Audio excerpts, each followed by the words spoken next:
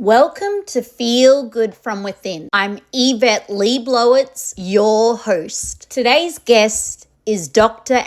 Kress, who is a Princeton University trained clinical psychologist with more than 20 years of experience helping people to heal past wounds and manifest the life they've always wanted. In Heal Your Past to Manifest Your Future, Dr.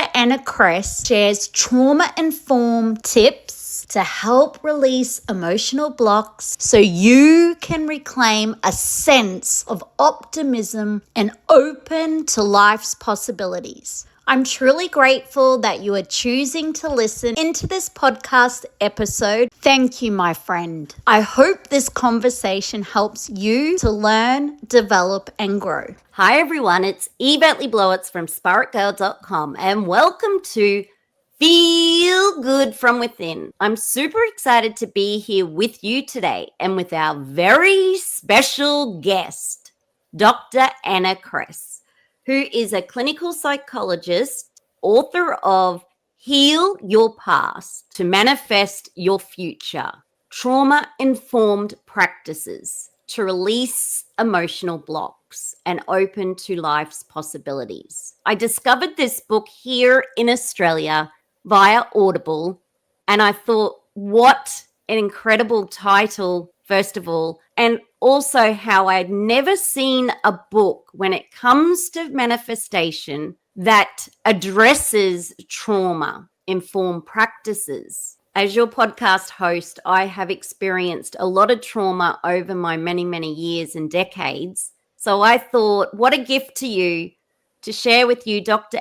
Kress' book and words of wisdom. Dr. Kress, how are you today? Hi, Yvette. Thank you so much for having me. I'm excited to be here and to talk to you about trauma-informed manifesting. Before we dive into your book, are you happy to tell our audience a little bit about yourself? I'm a clinical psychologist in the States, based in Princeton, New Jersey. That's on the East Coast, Northeast. And I've been practicing psychotherapy for over 20 years. And I'm author of a book that just came out recently. And I've always loved manifesting. I discovered it as a teenager. And eventually, when I became a psychologist, I really wanted a more robust approach to manifesting. And so that's when I integrated psychology into it so that we can really get through blocks and have a more inclusive, sensitive kind of approach to manifesting. So that's kind of my background in a nutshell. When it comes to manifestation, how manifestation can either help our mental health or hinder it? That's a really great question. I look at manifesting as basically making our dreams come to reality. And there are lots of different ways to do that. And a lot of people hear about manifesting or have heard about manifesting when they read a book like The Secret or something like that. It's basically about bringing your dreams into reality, whether it's from a more spiritual perspective, like The Secret and books like that talk about the law of attraction, right? You probably heard about the law of attraction, which is more of a spiritual kind of metaphysical idea where like attracts like, that your energy, whether it's positive or negative, that it's going to attract those kind of experiences into your life. And there are other approaches to manifesting as well, more of a psychological approach where we have limited beliefs and these limited beliefs create our reality. And so when we can release those beliefs, can change our reality, right? And so there are different ways to talk about manifesting, but I think that's a really great question. Is it helpful or is it harmful? And I'll give you the typical therapist response, which is it's and both, right?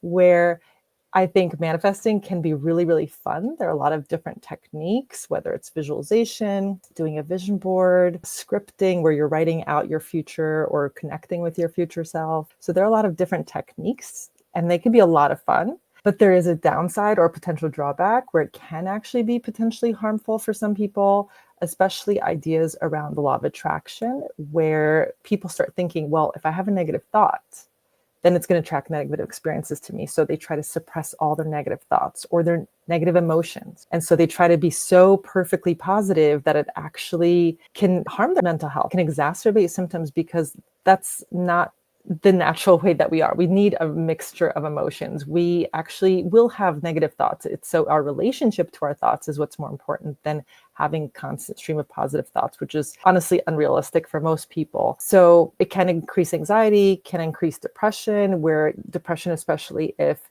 you're like, well, they said I can manifest money. They said I can manifest the love of my life, and I didn't do it. Was I not positive enough? Or, what did I do wrong? So a lot of self-blame can come about, a lot of shame and feeling kind of like I did it wrong. Even obsessive compulsive disorder can get worse because we're trying to focus so much on getting rid of negative thoughts and only being positive that for some people it exacerbates those symptoms.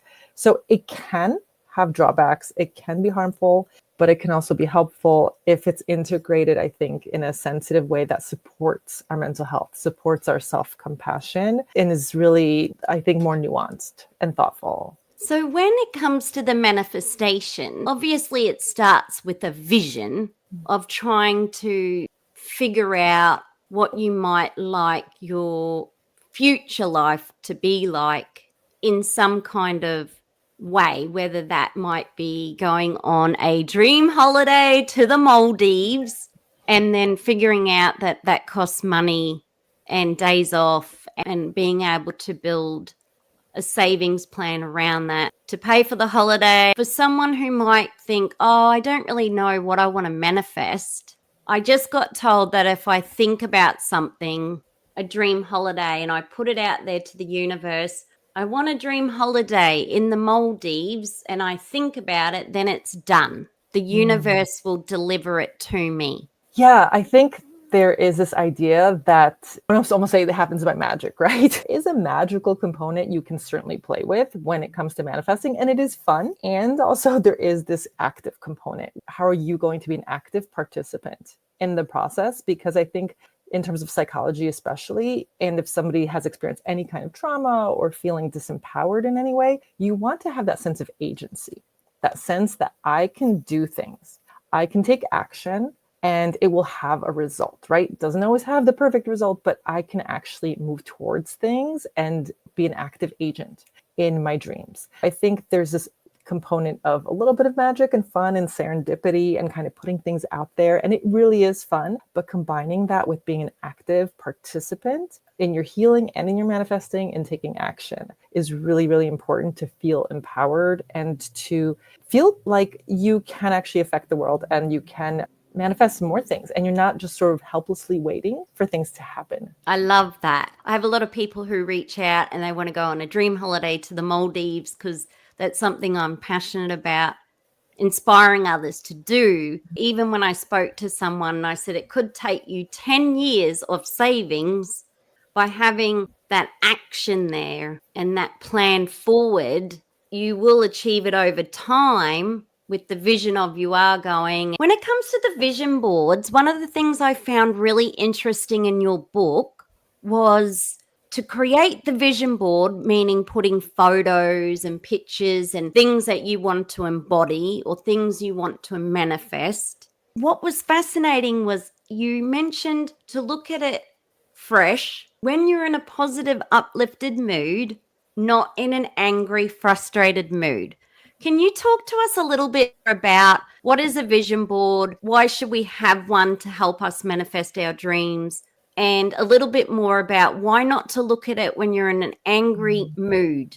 That is a great question. I have a 3-step process to manifesting, which is regulate, meaning regulate your nervous system, reparent, which is reparenting your inner child, and rewire.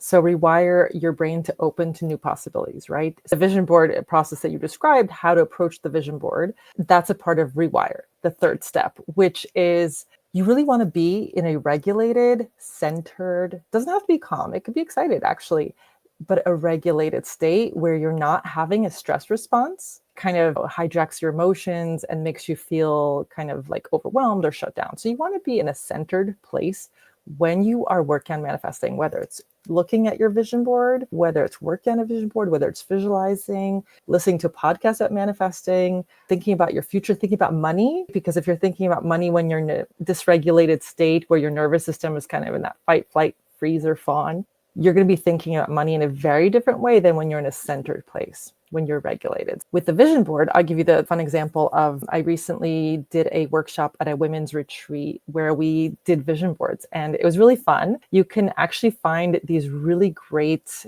picture books on Amazon where it represents different types of women, different types of bodies, wellness themes and lifestyles that are actually more aligned with our well-being and mental health, rather than just random magazines. So I really like to just buy a couple of those when I do these workshops and, really crank up the fun, uplifting music, get people in that space where they feel that something is possible. Because when we feel safe, when we feel connected, our sense of possibility opens up. And that's when you want to connect with your dreams, because you're going to be more open. You're going to be more likely to believe in possibility. You don't have to believe that it will happen. You could believe that it could happen. That's enough. And so in that state, you're really going to connect with that vision from a place of belief and possibility and openness. And when you're not in that state, maybe put that vision board away. Maybe that's not the time to focus on manifesting. By doing this, you're rewiring your brain to link and connect your dreams with possibility and openness and optimistic kind of feelings, like feeling more joyful, peaceful, whatever it might be in that moment. Neurons that fire together, wire together. That's a sort of expression to talk about how we rewire our brains. So you're linking your dreams with these uplifted emotions at the same time. And over time, there will be a tipping point where you start to believe it's possible. And so that's the rewiring piece. I love that message. Over time, you're rewiring and you're believing it's possible. So it's the belief that it could be possible, or it's the belief of possibility. So that if someone's feeling really traumatized that they went broke, that right now they don't have enough money because of the cost of living, and then everything that their dream is attached to is monetary, when it's a house or a car or a holiday or something that needs money for that dream, it can be really hard, isn't it? So if someone's in that stress state and they're wanting, as an example, to save enough money for a house deposit to buy a house, but they're constantly in stress. Mm-hmm. One of the interesting things I found in your book, it was in chapter 2, and it was actually universe prayer. I've spoken to so many people with the cost of living crisis, and so many people are in a state of despair. So people just aren't feeling optimistic like they used to. They're in despair. So I loved that prayer. Are you able to share that with our audience? Yeah, sure. And it's really simple and short, but I think when we feel frustrated, overwhelmed, despairing, desperate, it's really good to have some sort of practice, whether it's imagining yourself or saying a prayer or whatever it might be, kind of handing it over. Whether you believe in the universe or higher self, whatever your belief might be. And so the prayer is, I am turning this whole frustrating situation over to you, universe. Please show me the way, or kindly and gently manifest it or something better for me. Thank you.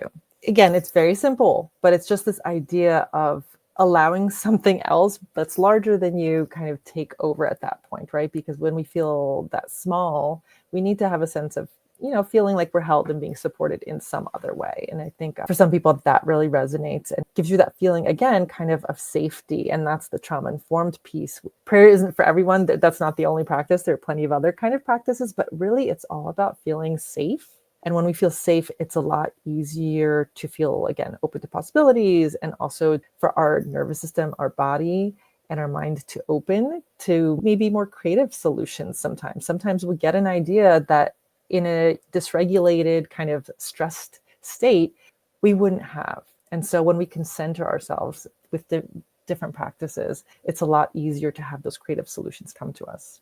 Thank you for sharing that with our audience. That was such a beautiful prayer. I grew up going to a Catholic school as a young child. I think we were innately taught, maybe it was at school or from the nuns or from someone, but we were taught we could always call upon God, a higher realm or faith-based, in times of trouble and need. So I kind of grew up with that. But then obviously my dad is Aboriginal. So then we also were taught that ancestors never die.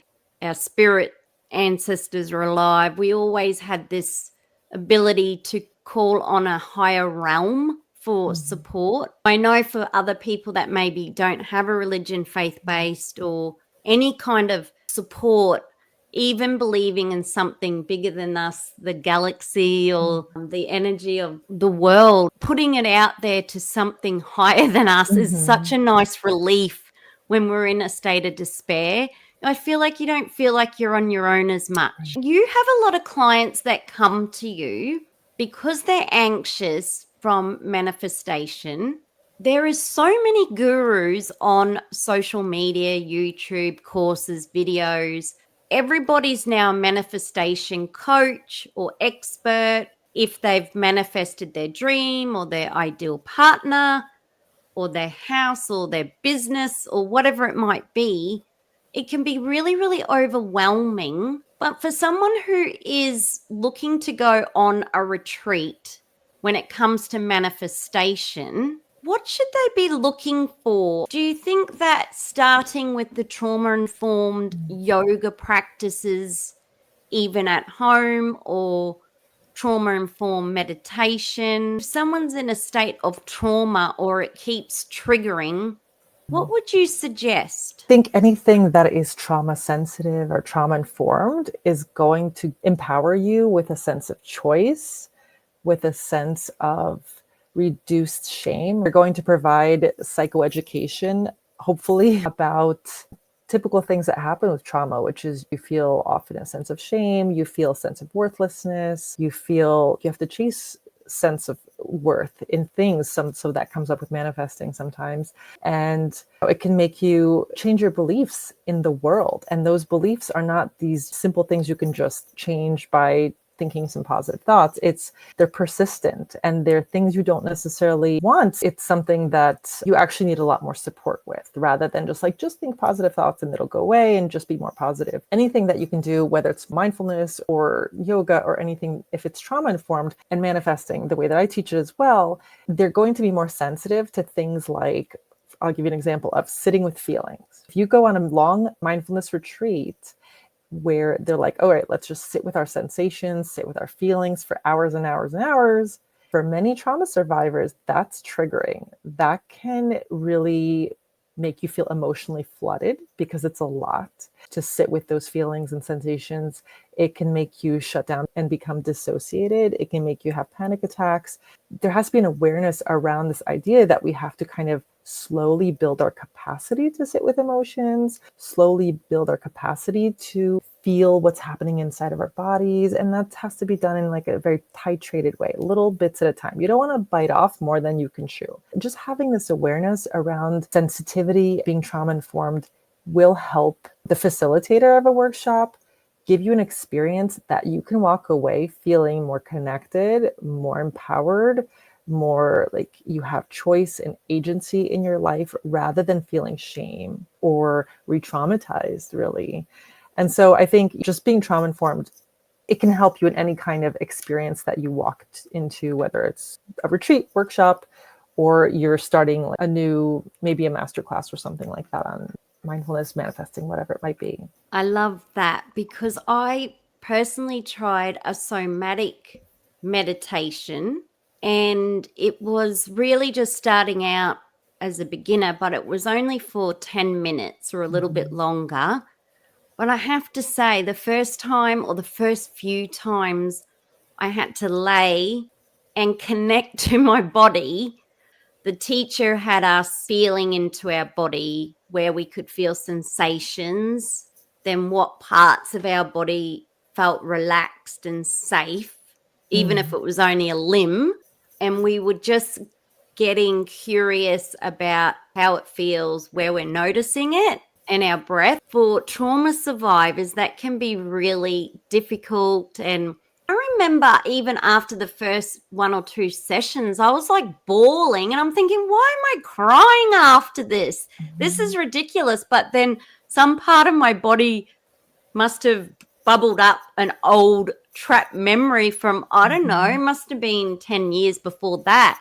So I can see what you mean about the trauma-informed meditation, because there's so many different meditations for the listeners. Somatic meditation, if done with a teacher, obviously, or in a guided area, safe area, can that be helpful for trauma survivors? Yes, I mean, somatic approaches can be really good, right? But again, they have to be trauma informed. And I think right now it's popular, so everyone's kind of free for all out there. So you really have to do your homework and make sure someone is trained properly. But what you described would probably be an example of what's called pendulation, which is having a taste of discomfort or a little bit of activation in your body, like stress activation, and then pendulating with a taste of safety or something neutral in your body, right? So going back and forth between the two can widen your window of tolerance or your comfort level. It can be helpful. I think sometimes if it's done in a group setting, that facilitator might not be tracking you specifically or helping you. Often it's better one-on-one, honestly. Then they can kind of track where you're at and what you need and help you so that you're not dysregulated. You're still within your window of tolerance, what you can tolerate and actually process without shutting down or becoming overwhelmed. It is easier when it's one-on-one. Unfortunately, I think you have to kind of just sometimes test the waters, but always know that you have choice, that you can leave a situation if it really feels like, you know what, this isn't healthy for me. Thank goodness it was one-on-one. You're so right. I don't think if I was with a big group, I would have let anything out because, you tend to just hold back everything, your emotions. How important is it for us to label our emotions and then discover that we are not the emotion? There's so much research on affect labeling, which is just basically you name the emotion that you're experiencing and having that awareness. There's a great quote by Dr. Dan Siegel: if you can name it, you can tame it. Having that ability to just name whatever emotion you're experiencing can really help you regulate it, can help you not get hijacked by your emotion, but actually feel it. You're not stuffing it down, you're not suppressing it, you're still feeling it, but it's not hijacking you completely. You're not overwhelmed or shut down. So being able to actually label your emotions will help you regulate them. And if you can get really specific, that's even better, because then you'll know, am I anxious because I'm overwhelmed and I need to delegate? So I'm overwhelmed and that's the emotion, like getting really granular. Or am I anxious because maybe I am worrying a lot about things, and so I actually need to help myself calm down or help myself be reassured or talk to someone and feel reassured, right? So it depends on what is the specific emotion. So if you can get really specific, that's even more helpful. But the reason why it helps with manifesting is because if you have goals that are the appropriate goals for you, they're probably going to challenge you a little bit. If they're not challenging you, then, are they really goals you're really aiming for, or are they just your everyday life, right? So your goals should challenge you a little bit, push you out of your comfort zone just enough so that you are growing, but that you're not sort of completely in despair or feel like you're spiraling and falling apart, right? It shouldn't be so out of reach. You could have smaller goals to get there so that it feels within reach. The reason it can help you to label your emotions is because you're going to regulate your nervous system by labeling your emotions, and you're going to withstand the stress and the discomfort of growth. When we have a stressor like a goal that's bigger, that we're trying to up level and change and grow, most likely have more protective and survival strategies that tell us, no, actually, let's choose the path of least resistance, the path we've always chosen, because that feels safe, it's familiar. Even if it's not safe, it feels familiar, right? We often can equate familiar with safe. So being able to do new things, up level, actually grow, requires us to be able to regulate those stress responses. And labeling our emotions is just like one of the most basic ways that we can start that process. And in your clinic, do you find similar manifestation goals, whether that's find a partner, start a family, buy a house, start a business, get a career? Do you see these similar manifestation goals across your clients? I mean, I think, it depends on the therapist, but for me, I definitely see typically around career and relationship. And career also meaning like money and things like that. So career and relationship, I see the most. And it's really interesting because often people will struggle in one or the other. They might actually be really good in one and they really struggle with the other. And so it's very interesting to see which trauma responses and which stress responses and patterns come up because they do differ. I guess it's helpful having clients who typically gravitate towards one or the other because then you've seen similar patterns. It's easier to help people move through blocks. Even if I reflect on my life or when I talk to people, it always seems to be around a career, either getting a better paying job or upskilling to improve or get out of the job they don't really like right now. And then relationships, which seems to be getting harder and harder with the online world in terms of meeting the right person and then maybe not ghosting you after the date. There seems to be more challenges when it comes to relationships.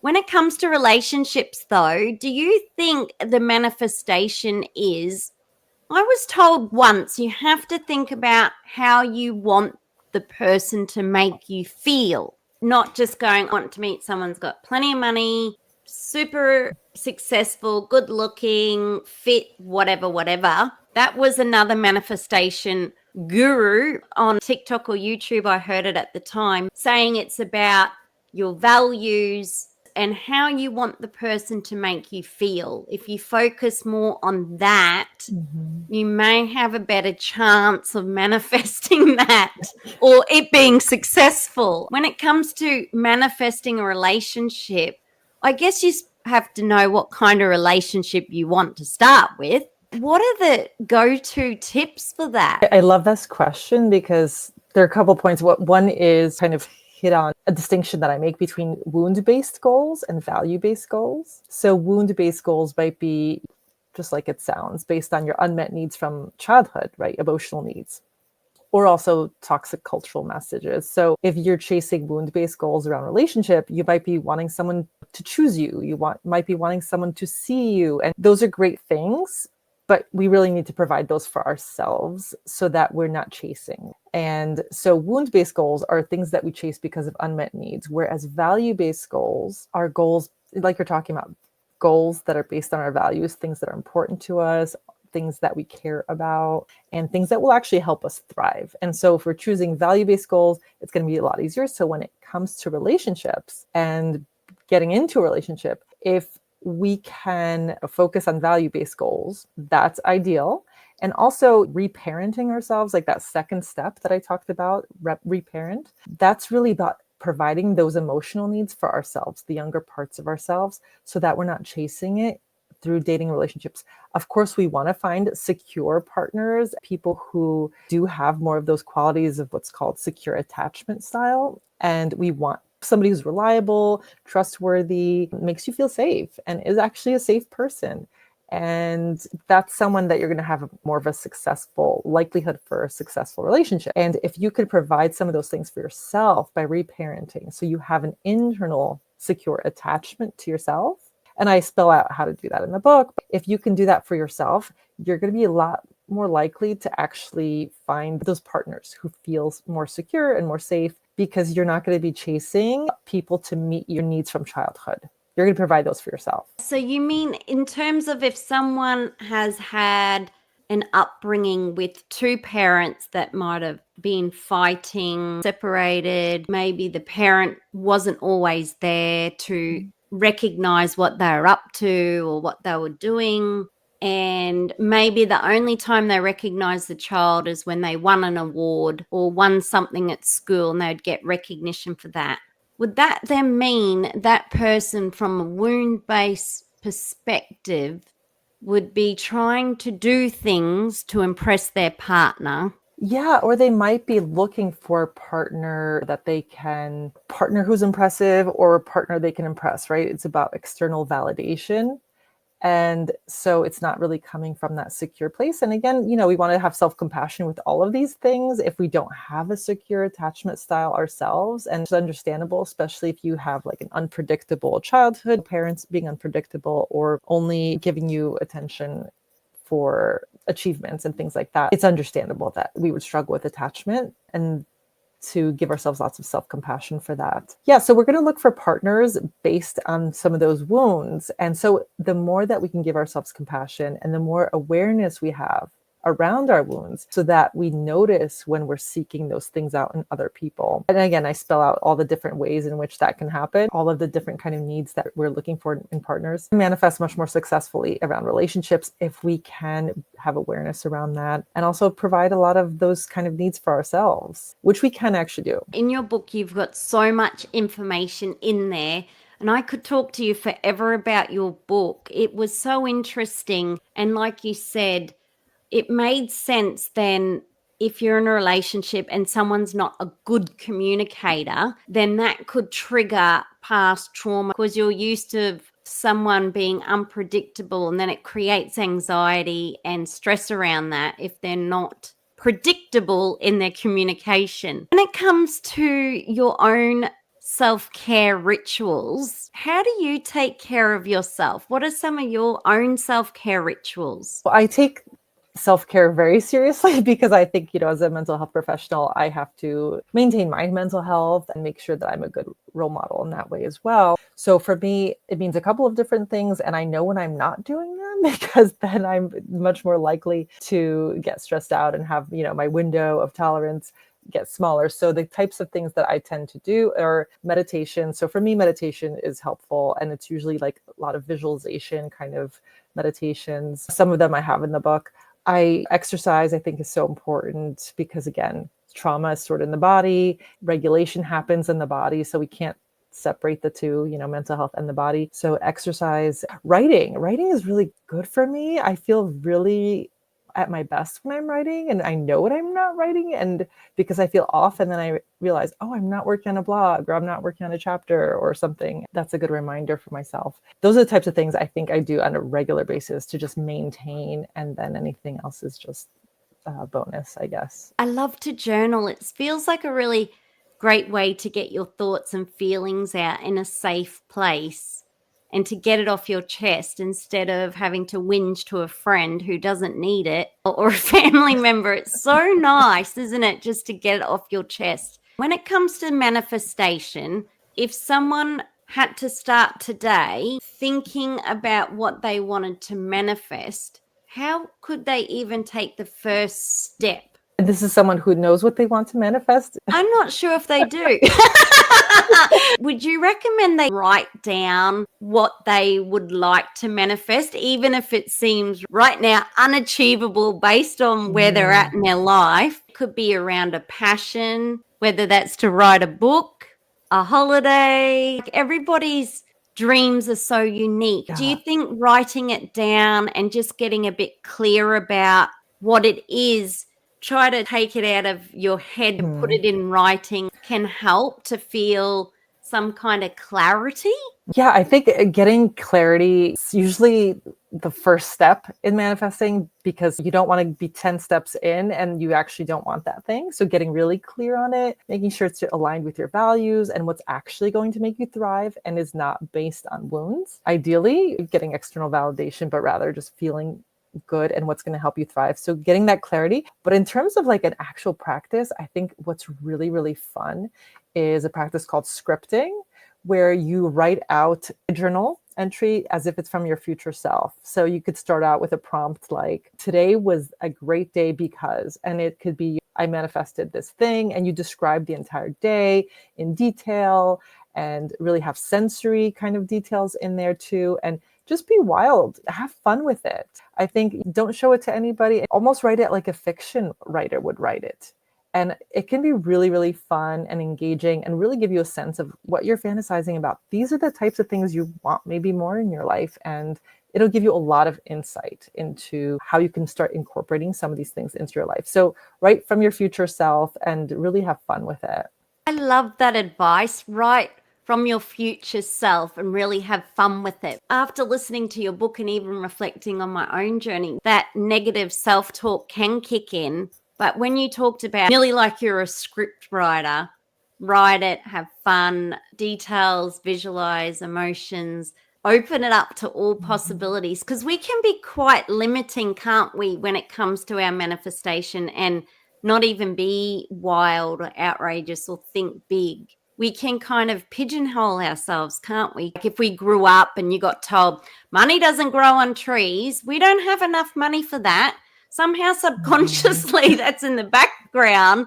So the thought of buying the house up on the hill that's 1.5 million, you might even not be going there. You might be just trying to manifest a rental property that's $50 less than the one you're in right now. I love the idea of just being open to possibility. Yeah, I love that. Your example of the $1.5 million house on the hill, right?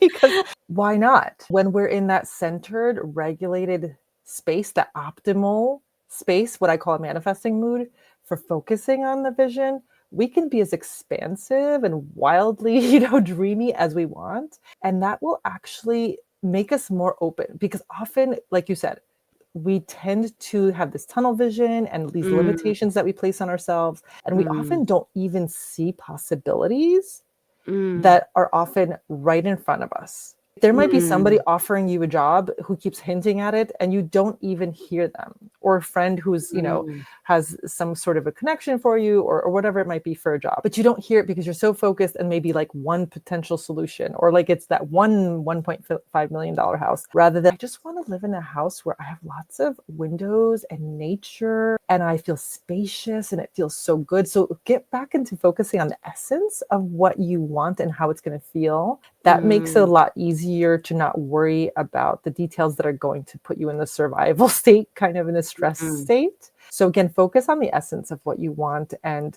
just have fun with the practices where you feel more and more expansive and, open to the possibilities. Again, you don't have to believe that it will happen. You have to just get yourself into a place where you believe it could happen. And that's all you need.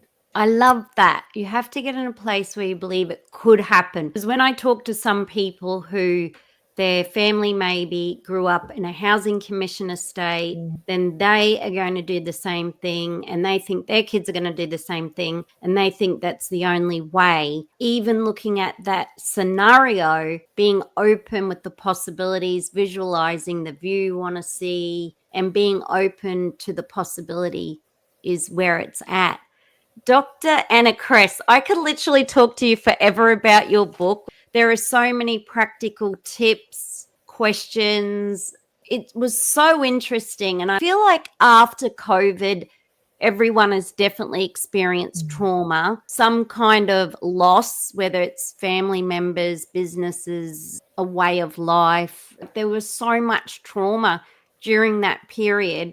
We've now gone into another state of survival mode because of high inflation and the cost of living crisis, that I felt that your book really talks to that, because trauma can be anything, can't it, in terms of loss. So it could be like a loss of not being able to have a family, a loss of a loved one, a loss of a job. It's less about the event and more about the impact it has on us. I really look at it from the lens of a very wide spectrum of different types of wounding. And I do talk about what complex trauma is and what post-traumatic stress disorder is, but I also the book is inclusive to anyone who's experienced those specific types of traumas, but everyone else as well. So it's not leaving anyone out. And I think a lot of books that talk about manifesting leave out trauma survivors specifically because they feel like, well, I can't be positive all the time. I don't believe that these things are possible for me.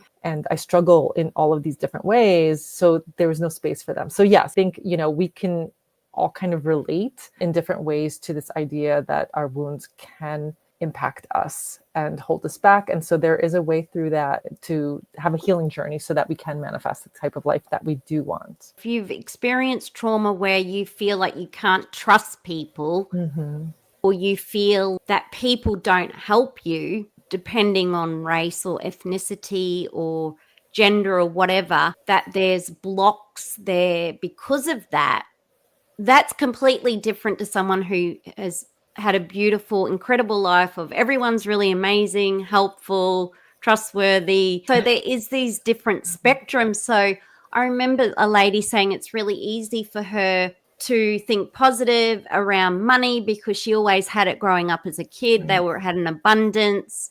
And then another person has always had a life where everyone's gone out of their way to help them and to elevate them. So someone who hasn't experienced that, they're sort of a little bit back in the race. You said by reparenting yourself, regulating your nervous system, and then opening up to these possibilities and being kind and compassionate to yourself. When you get negative emotions coming up, oh, there's a negative thought. That's okay.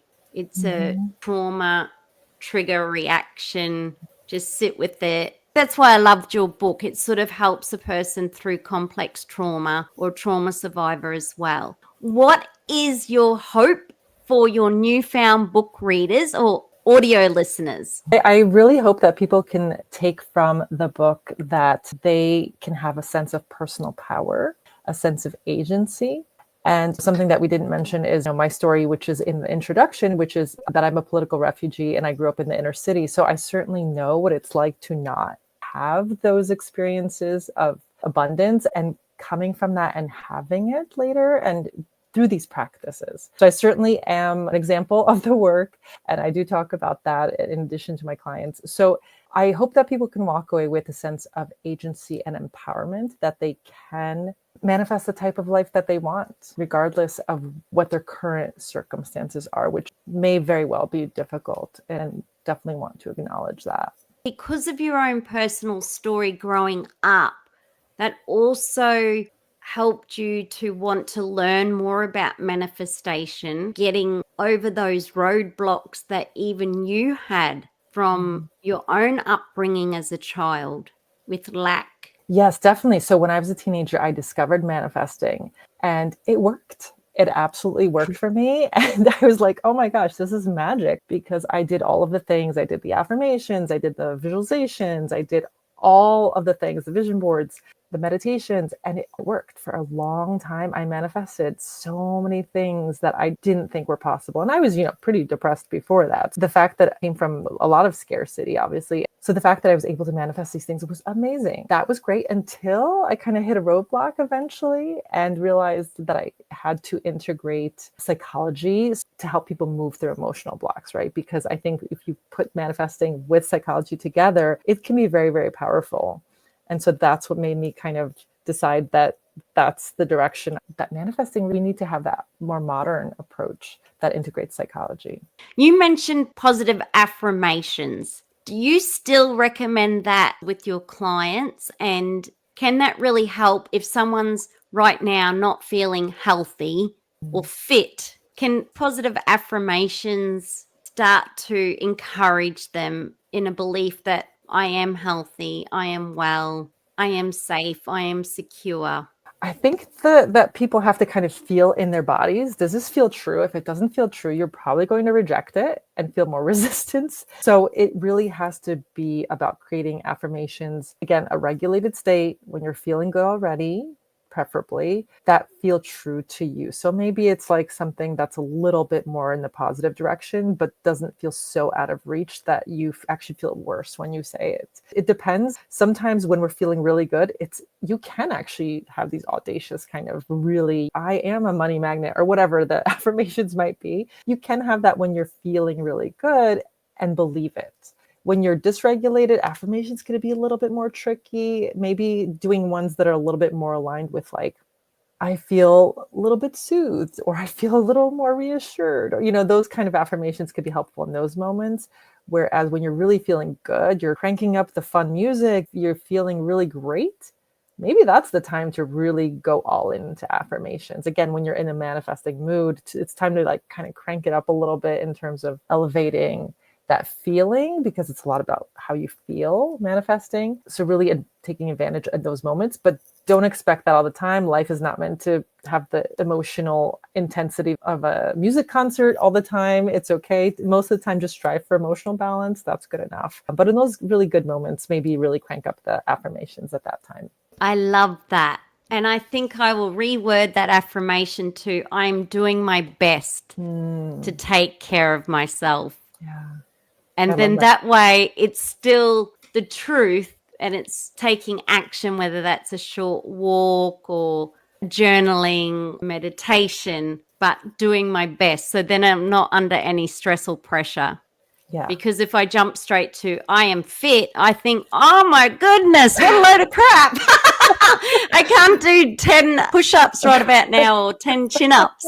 So I see what you mean, making it realistic and making it true to yourself. I love that. How can we stay in touch with you after this podcast show? You can go to my website, which is drannakres.com. That's drannakres.com. And you can find my book anywhere books are sold, including Amazon. And it's called Heal Your Past to Manifest Your Future. And those are great ways to get in touch with me.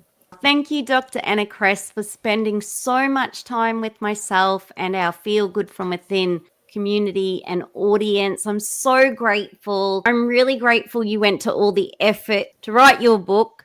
I think it's going to help so many people right around the world, and it's just such a timely book. And thank you again. It's been so helpful to me, and I'm sure our listeners here, once you get a copy of Dr. Anna Kress's book, Heal Your Past to Manifest Your Future, whether you listen to it via audio or in book form, I truly believe it's going to help you on your manifestation journey, especially if you've been like me and experienced a lot of trauma and are a trauma survivor. So thank you, Dr. Anna Kress. Thank you so much, Yvette. This was so much fun, and I'm so happy that you read the book. Bye.